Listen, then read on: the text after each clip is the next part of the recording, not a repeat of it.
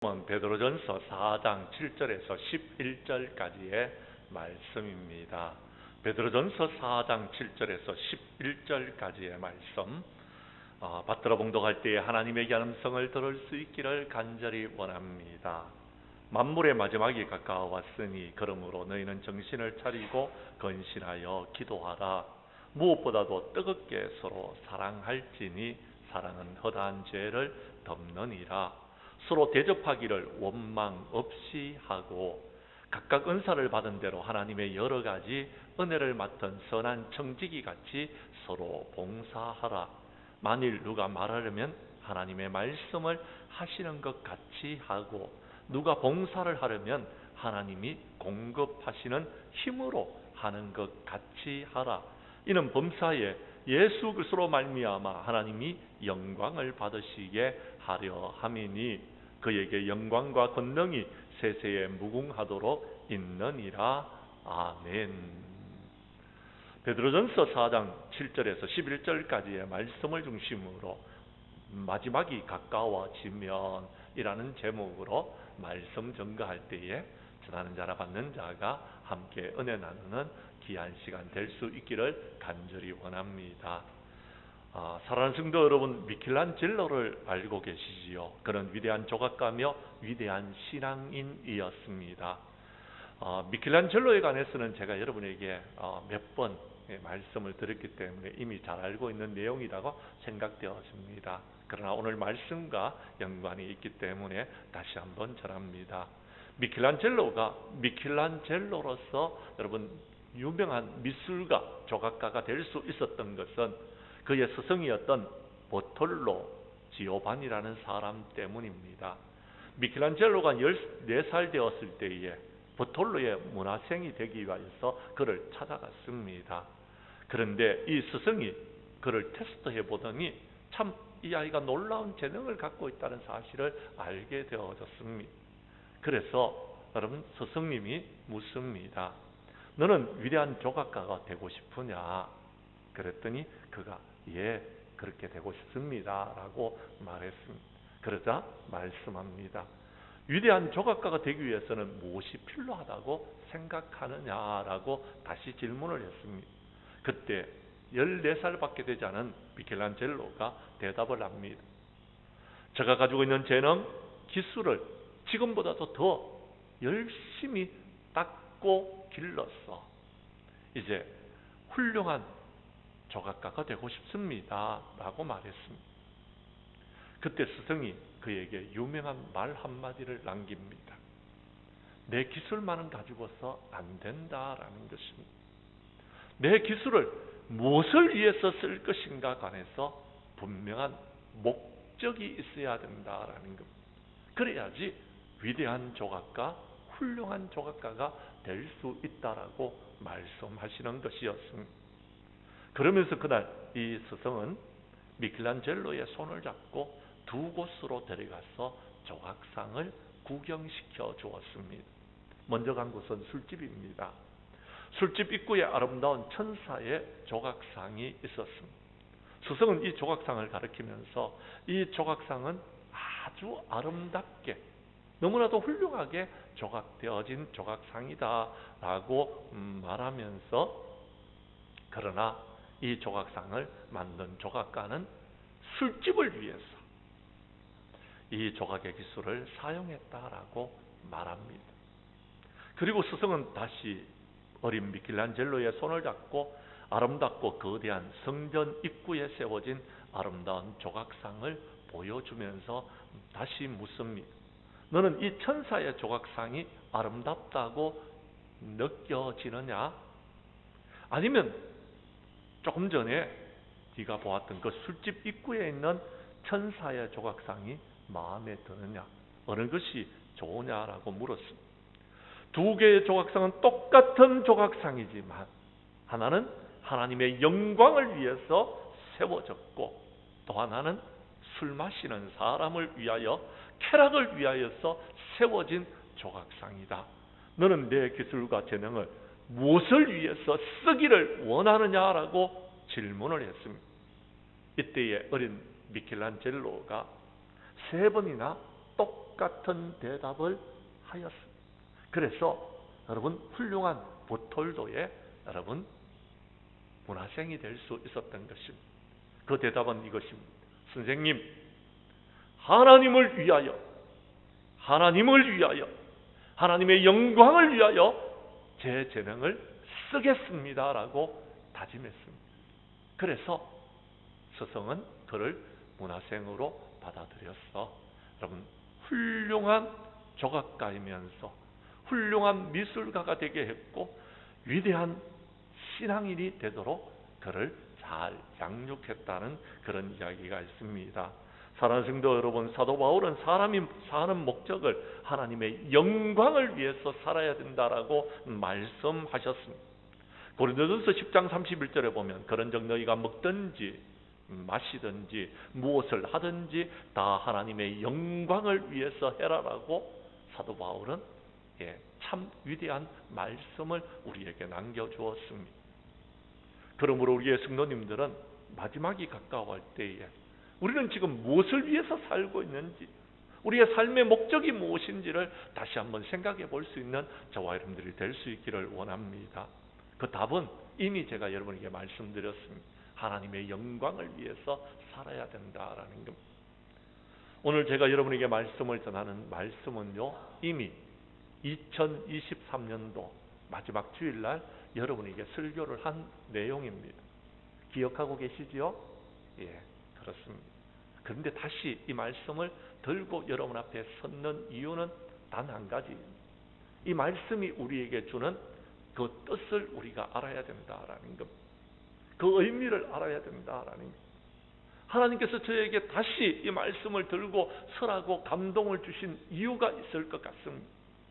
여러분, 말씀 가운데 은혜 받고 말씀대로 살아가는 우리 정량교회 모든 성도들이 될 수 있기를 간절히 원합니다. 말씀으로 들어가도록 하겠습니다. 첫 번째 오늘 성경 말씀 7절의 말씀을 보십시오. 만물의 마지막이 가까워지면 정신을 차리고 근신하여 기도하라라고 베드로 사도는 우리에게 말씀하고 있습니다. 그 말씀을 읽어 주십시오. 시작.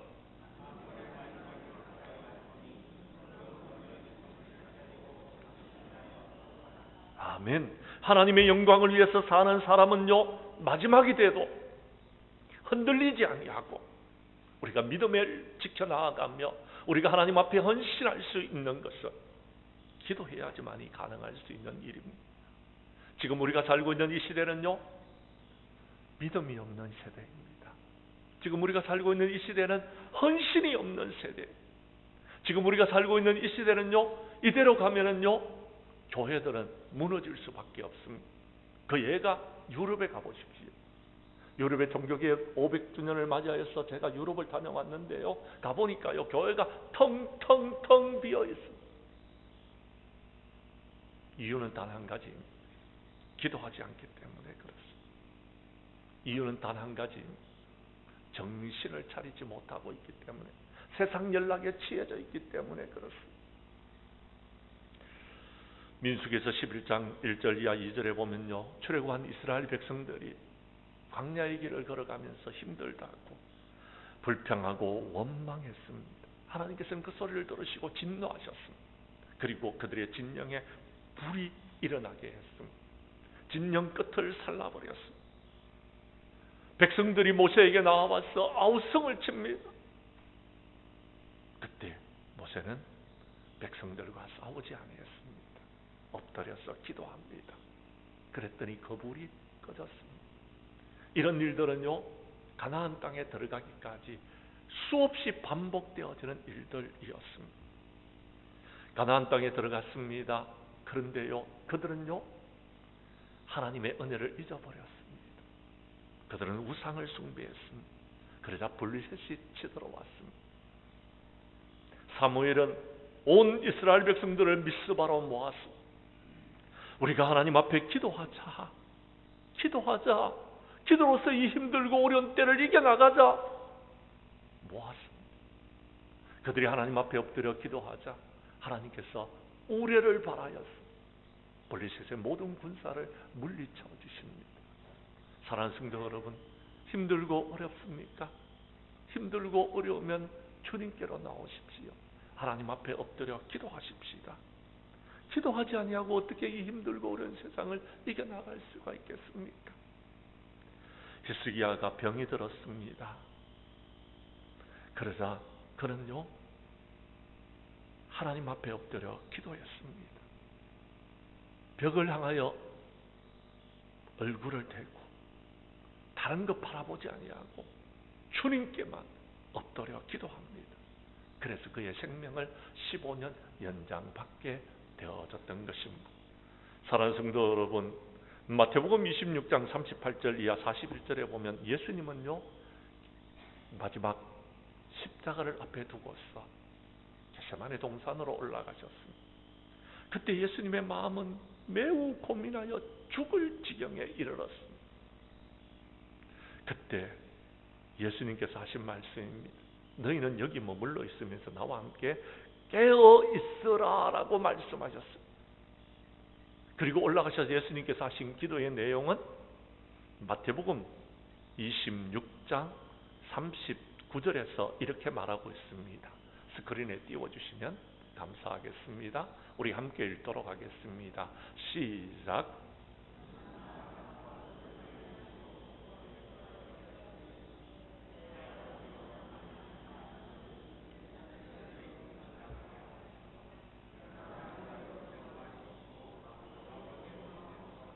아멘.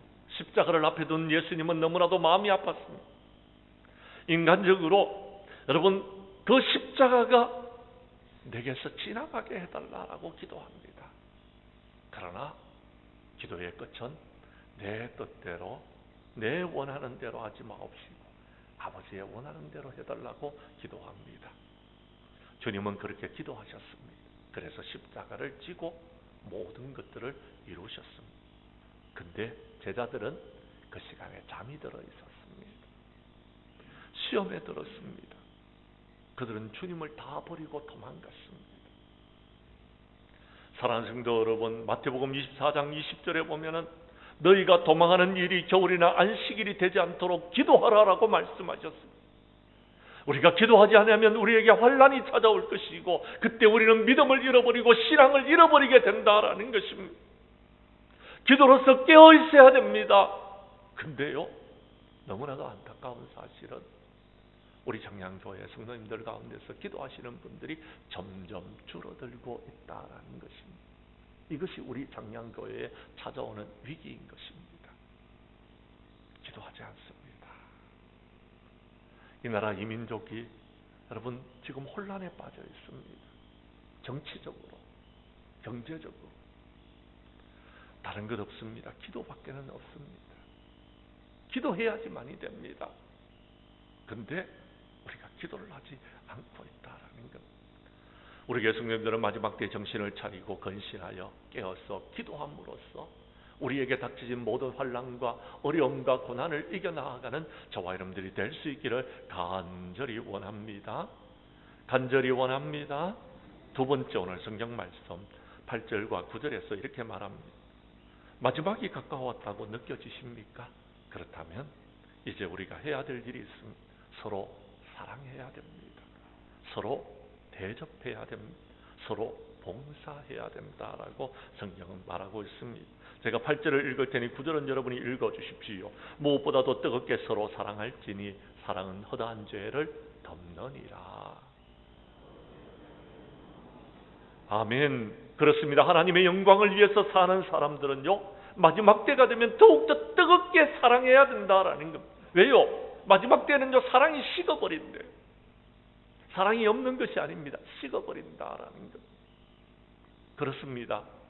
우리 가족들도 사랑하지 못하고 서로 여러분 미워하면서 지지고 볶고 싸우면서 살아가고 있습니다. 한 형제지간에도요, 여러분 서로 지지고 볶고 싸우는 세상 속에서 살아가고 있습니다. 이유가 무엇입니까? 왜 싸웁니까? 왜 미워합니까? 마지막 때가 돼서 그런 것입니다. 더 안타까운 것은 대접하는 경우가 없습니다. 해도요 원망하면서 대접합니다. 봉사하는 사람들도 점점 줄어들고 있습니다. 이유가 무엇입니까? 이유는 단 한 가지, 마지막 때이기 때문에 그렇습니다. 정말 하나님의 영광을 위해서 서로 사랑하면서 서로 대접하는 자들이 되라라고 베드로 사도는 지금 우리에게 권면하고 있는 것입니다. 우리 주님께서 말씀하셨습니다. 한 율법사가 찾아와서 이 성경 말씀 중에서 최고의 계명이 무엇입니까? 라고 물었습니다. 그때 성경은 기록하기를, 예수님께서 말씀하시기를, 내 마음을 다하고 목숨을 다하고 뜻을 다하여 주 너희 하나님을 사랑하라고 말씀하십니다. 하나님을 사랑하는 사랑함이 식어버렸기 때문에 교회를 위해서 헌신하는 헌신도 없습니다. 봉사도 없는 것입니다. 그러니 이웃을 사랑하는 것도 더 힘들어집니다. 하나님을 사랑하고 이웃을 사랑해야 됩니다. 하나님을 사랑하지 않으면서 이웃을 사랑한다고 여러분 입술에 말하지 마십시오. 그것은 거짓입니다. 마지막 때가 되면 사람들은요, 서로 실족하게 되고 서로 잡아주고 서로 미워하고, 여러분 거짓 선지자가 일어나서 사람들을 미혹하게 됨으로 인하여서 여러분 사랑이 식어집니다. 불법이 승행하게 되어지는 것입니다. 이것이 마지막 때의 징조입니다. 그러나 우리 주님께서는 뭐라고 말씀하시는지 아십니까? 제자들의 발을 씻어주시면서 새 계명을 너희에게 주노니 서로 사랑하라. 내가 너희를 사랑한 것 같이 너희들도 서로 사랑하라. 너희가 서로 사랑하면 이로써 모든 사람이 너희가 내 제자인 줄을 알게 될 것이다 라고 얘기했습니다. 사람들이 사랑이 식어진 세상 속에서 우리가 이 세상을 변화시켜 나아갈 수 있는 것은, 교회가 희망이 될 수 있는 것은 사랑하는 것입니다. 원수까지도 사랑하는 것입니다. 성경 말씀 한 곳을 찾도록 하겠습니다. 누가복음 6장 31절에서 36절까지의 말씀입니다. 여러분 우리 한 절씩 나누어서 교독하도록 하겠습니다. 제가 31절을 먼저 읽습니다. 남에게 대접을 받고자 하는 대로 너희도 남을 대접하라.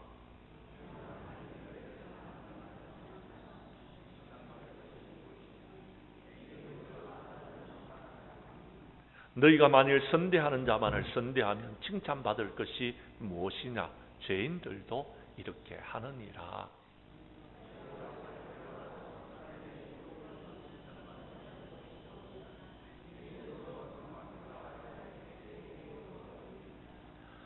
오직 너희는 원수를 사랑하고 선대하며 아무것도 바라지 말고 구워주라. 그리하면 너희 상이 클 것이요 또 지극히 높으신 이의 아들이 되리니 그는 은혜를 모르는 자와 악한 자에게도 인자하시니라.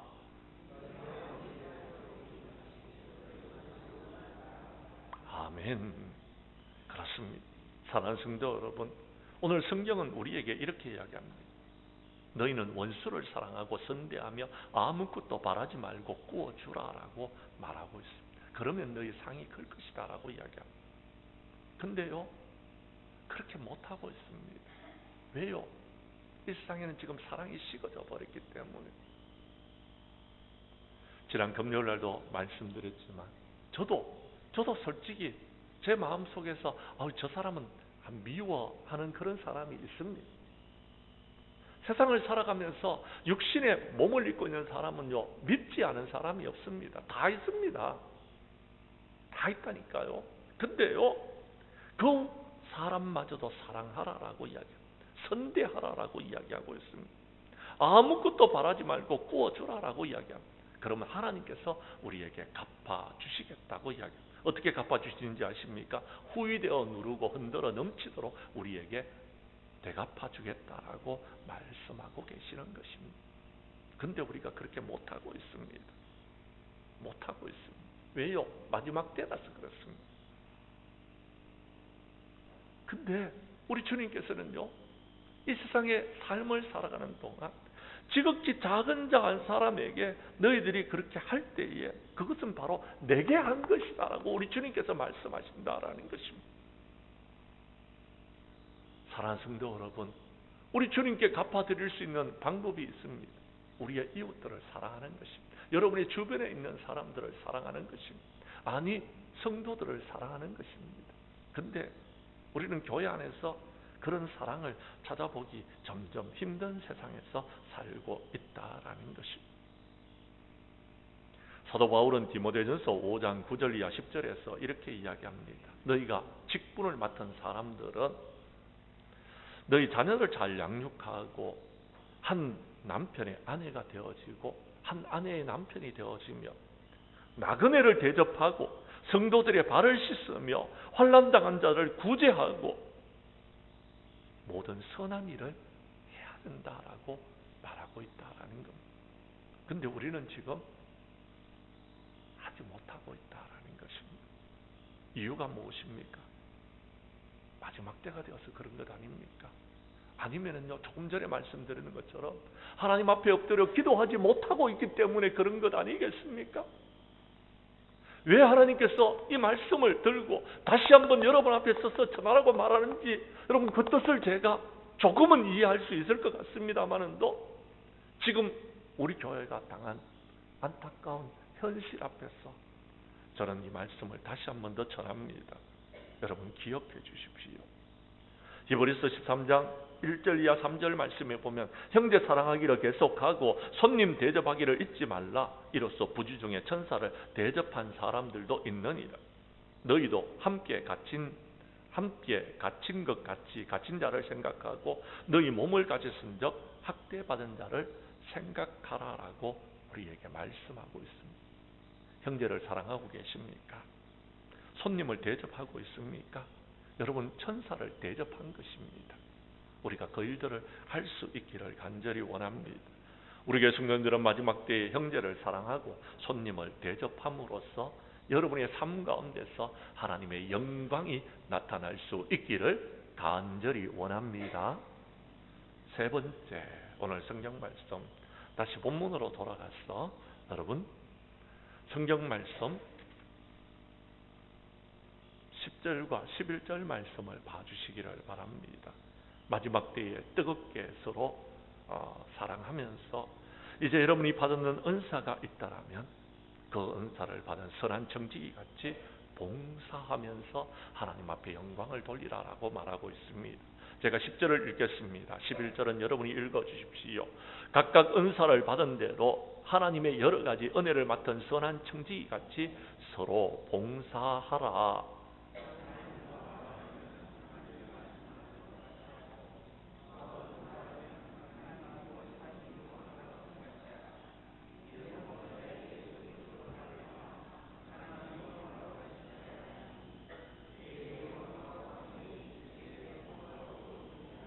아멘. 오늘 성경 말씀 11절에 보면 만일 누가 말을 하려면은 하나님께서 말씀하시는 것 같이 하고 누가 봉사를 하려거든 하나님께서 공급하시는 힘으로 하는 것 같이 봉사하라라고 말씀하고 있습니다. 그렇습니다. 그래야지만이 하나님께서 영광을 받으실 수 있다라고 말합니다. 그런데 우리는 은사를 받았는데 그 은사를 감추어 두고 있습니다. 그리고 은사를 자랑하는 사람이 있습니다. 은사를 가지고서 봉사하지 않으면서 그 은사를 자랑하지 마십시오. 직분을 맡았습니까? 맡은 자에게 구할 것은 충성이라고 그랬습니다. 근데 직분을 맡아놓고 교회 안에서 봉사 안 합니다. 그래놓고 왜 나를 직분자라고 인정해 주지 않느냐라고 이야기합니다. 저한테 찾아와서 말합니다. 사람들이 나를 장로님으로, 권사님으로, 집사님으로 인정해 주지 않는다라고 이야기합니다. 불평합니다. 왜 안 할까요? 이유는 단 한 가지입니다. 여러분이 교회를 위해서 얼마나 헌신하고 봉사하고 충성하고 있느냐라는 겁니다. 하면은 인정해 줄 것입니다. 저는 그렇게 생각합니다. 제가 목사다라고 여러분 폼 잡을 거 없습니다. 교회를 위해서 열심히 봉사하고 헌신하면은 사람들이 저를 목사로 인정해 줄 것입니다. 여러분이 장로님이라고 목에 힘줄 것 없습니다. 교회를 위해서 헌신하고 봉사하면은 장로님으로 인정해 주실 것입니다. 권사님으로 집사님으로 마찬가지입니다. 봉사하지 아니하면은 그래서 하나님 앞에 영광을 돌리지 못하면은 그러면요, 여러분, 사람들도 다 합니다. 모르는 것 같지만 다 합니다. 인정해 주지 않습니다. 출애굽기 36장 1절에 보면 부살렐과 오홀리압은요, 마음이 지혜로운 사람이었습니다. 그런데 하나님께서 그에게 지혜와 총명을 부어주셨습니다. 이유는 단 한 가지입니다. 성막을 지어라. 교회 앞에서 봉사하라고요. 그래서 그들은요, 하나님께서 지혜 주신 대로, 하나님께서 총명을 주신 대로 교회 앞에서 여러분 헌신하고 봉사해서 아름답게 성막을 건축하였던 것입니다. 에스겔 선지자는요, 바벨론의 포로로 끌려갈 때에 하늘 문이 열렸습니다. 하나님을 보았습니다. 그리고 난 다음에 하나님의 말씀이 그에게 임하였을 때에 하나님께서 권능을 부어주셨습니다. 선지자로서의 사명을 감당하게 되어졌던 것입니다. 예수님은 12명의 제자를 부르셔서 귀한 직분을 맡겨주셨고, 그들은 전도하고 그들은 귀신을 쫓아내었습니다. 그런데도요, 그들이요, 주님이 십자가에 못 박혀 돌아가셨을 때는 다 도망가 버렸습니다. 이유는 하나님 성령이 그에게 임하지를 않았기 때문에 그렇습니다. 성령 충만한 사람들은요, 나에게 하나님께서 은사와 직분을 주신 그 이유를 분명히 압니다. 성경 말씀 에베소서 4장 11절과 12절의 말씀을 여러분 찾아주시기를 바랍니다. 제가 11절을 읽을 테니 12절은 여러분이 읽어주십시오. 그가 어떤 사람은 사도로, 어떤 사람은 선지자로, 어떤 사람은 복음 전하는 자로, 어떤 사람은 목사와 교사로 삼으셨으니, 12절 여러분 읽어주십시오.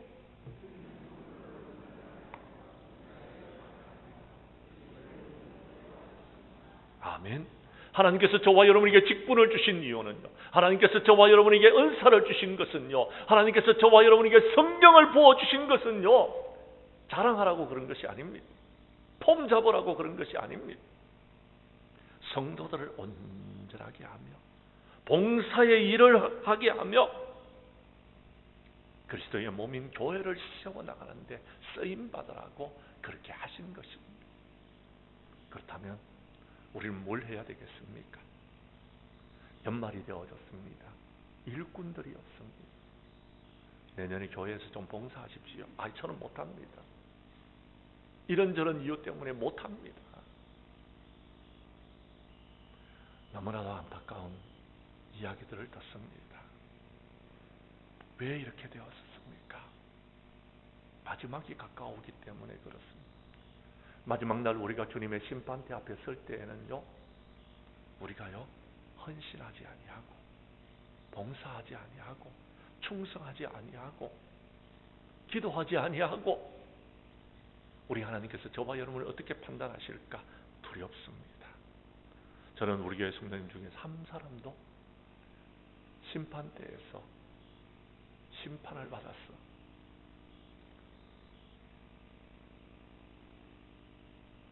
믿음의 사람들이 가지 말아야 될 곳에 떨어질까 두렵습니다. 다른 주단은 예수님을 모른다고 부인하고 스스로 목숨을 끊어버렸습니다. 그 사람을 대신해서 일꾼을 세웠습니다. 봉사와 사도의 직무를 대신할 자를 뽑았습니다. 그의 이름은 마띠아입니다. 그런데요, 그 사람이 뽑혔다는 이야기는 성경에 기록되어 있는데 봉사했다는 이야기는 없습니다. 그러나 사도행전 6장에 보면은요, 7명의 집사님을 세웠는데 스데반 집사님은요, 집사로 세움을 받아서 하나님의 말씀을 전하다가 돌에 맞아서 죽었습니다.